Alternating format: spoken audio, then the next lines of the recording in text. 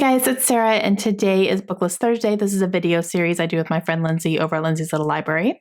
And every Thursday we bring you some sort of list or book topic that we feel like talking about for the week. And this week we are going to be talking about books that have directions in the title. So just some sort of navigational thing in the title. We thought that would be kind of fun to explore today. So this one I had to stretch a little bit. I did not have as much as I thought at all. I was like, oh yeah, I'm sure I could find a bunch. Nope.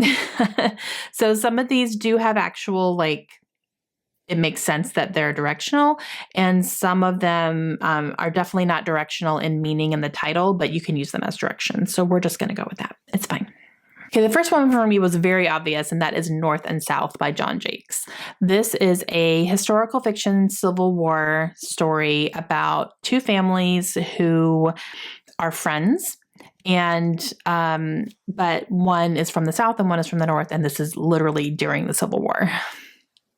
So they have very different ideals and different ways of life, but these two men, Ori and George, are best friends. They met at military school, and their friendship is everything to them, and they will put aside their differences in order to be part of each other's lives.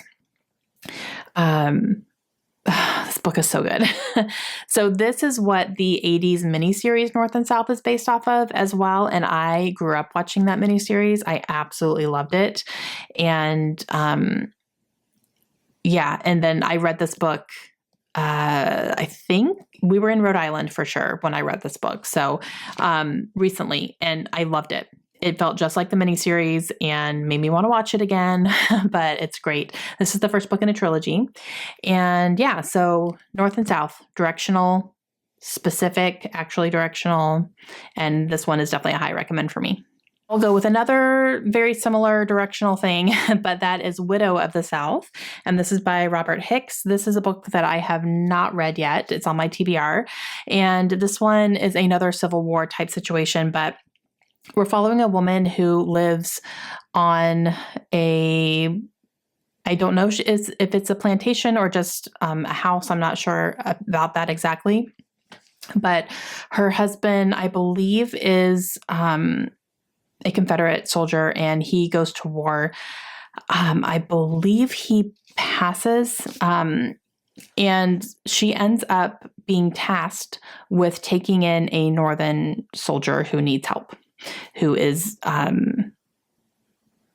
injured and life-threatening injuries. And so she ends up reluctantly taking him in to try to heal him back to health. However, she's the wife of a Confederate soldier, so how's that going to work? So that's all I really know about it. And yeah, so I want to read this one eventually because I definitely want to read some more books that are set in Civil War era type. So this is on my TBR. Okay, so this one, No Exit by Taylor Adams. You know, you exit highways, you exit parking lots, you exit streets and go on to other streets. We're stretching this one. It's fine. But this does involve travel on a highway. So there's that too. And it takes place in a rest area, like a rest stop along the highway during a snowstorm, where you follow a young girl who is trying to get to her mother because her mother is basically on her deathbed. So she's trying to get home and gets really trapped in the snowstorm and has to pull over, life or death situation. And she ends up being in this rest stop with a group of people who also had to pull over and, find safety. So they're all kind of hunkering down for the night, basically, until the snowstorm passes and they can safely get back on the road. And she goes outside to try to get a phone signal because inside there's nothing. And the group was telling her there's one spot outside, that you can maybe try to get a signal if you want to try to make a phone call or something. So she goes to try to do that to let her parents know that she's on her way and blah, blah, blah. As she's walking back in, she passes by a van that belongs to one of the people that are inside. And she notices that there is a cage in the back of this van, and inside the cage is a young girl being held captive. And She has no idea who the van belongs to. She doesn't necessarily want to go back in and be like, who's keeping a kid and blah, blah, blah. Like that's very dangerous.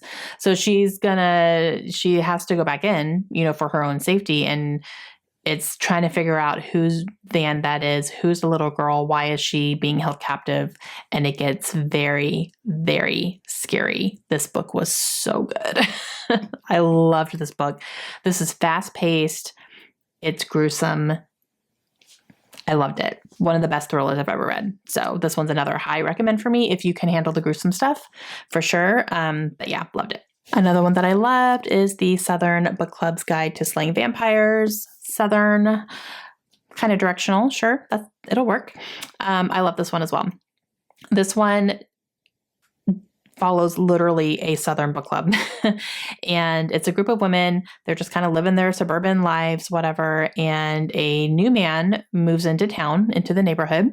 And he ends up joining their book club because he enjoys reading and wants to be part of the group. So they let him in.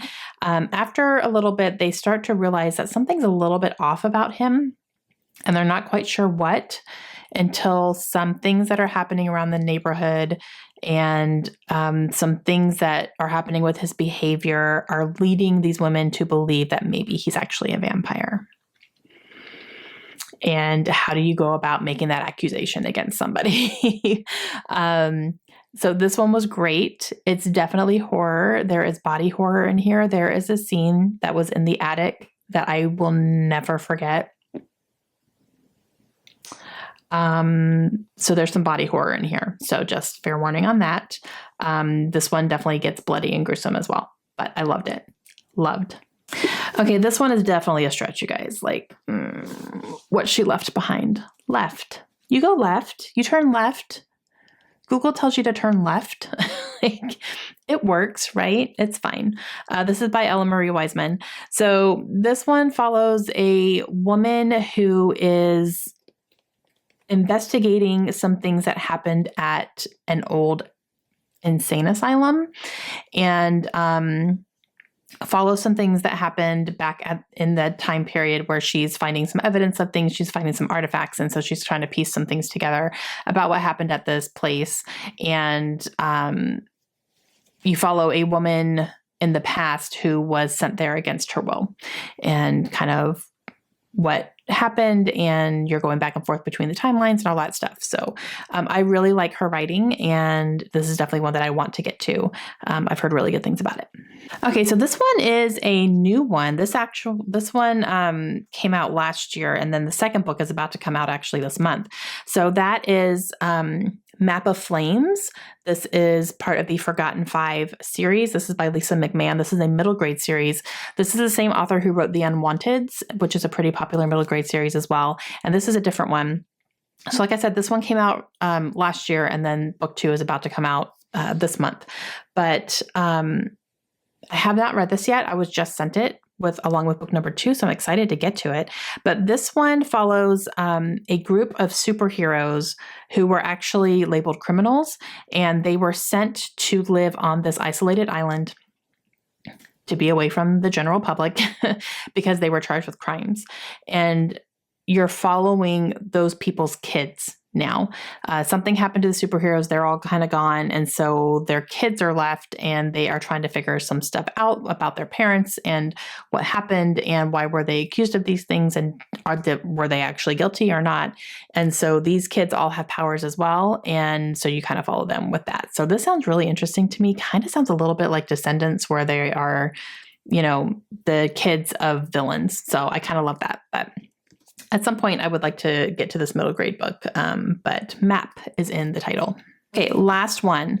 This one is another one that has like an element in the title here, but that is The Golden Compass by Philip Pullman. So this is a bind-up of the entire His Dark Materials series. So the trilogy is in here.